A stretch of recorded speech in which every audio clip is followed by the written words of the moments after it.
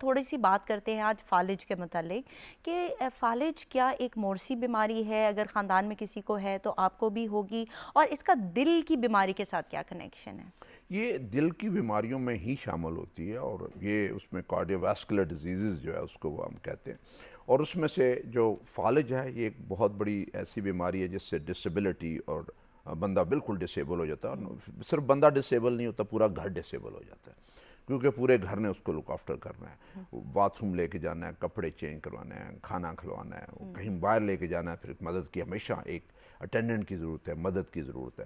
تو یہ کوشش یہ ہونی چاہیے کہ یہ نہ ہو، اور کیوں نہ ہو، یہ پریونشن پہ ہوتا ہے کہ پریونشن یہ کس میں ہوگا؟ جس کا بلڈ پریشر ان کنٹرول بلڈ پریشر ہو تو وہ اتنا نہیں ہے نقصان دہ، ان کنٹرول جس کو آپ دوائی کھا کے کنٹرول نہ کریں اس سے فالج ہو سکتا ہے۔ اسی طرح شوگر، ان کنٹرول شوگر جس کو دوائیوں سے کنٹرول نہیں ہو رہی تو آپ کو فالج ہو جائے گا۔ جس کو دل کی بیماری ہے اس کو فالج ہونے کے چانسز زیادہ ہے۔ جو سموکر ہے، جو سگریٹ پیتا ہے اس کو زیادہ ہوتا ہے۔ جس کا وزن زیادہ اوبیسٹی ہے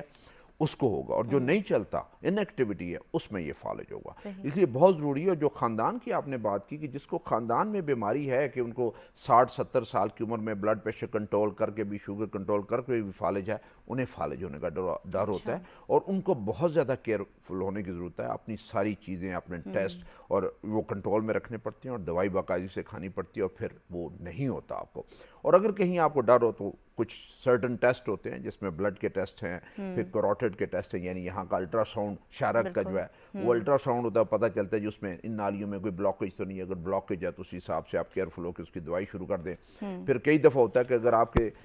ہسٹری ہے کہ آپ کی بلیڈنگ ہوتی ہے، برین میں بلیڈنگ ہوتی ہے جسے ہیمریج ہم کہتے ہیں، اس ہیمریج کی وجہ جیسے سٹروک یا فالج ہوتا ہے، وہ بہت ہی خطرناک چیز ہے، اس کی ریکوری کے چانسز بہت کم ہوتے ہیں جب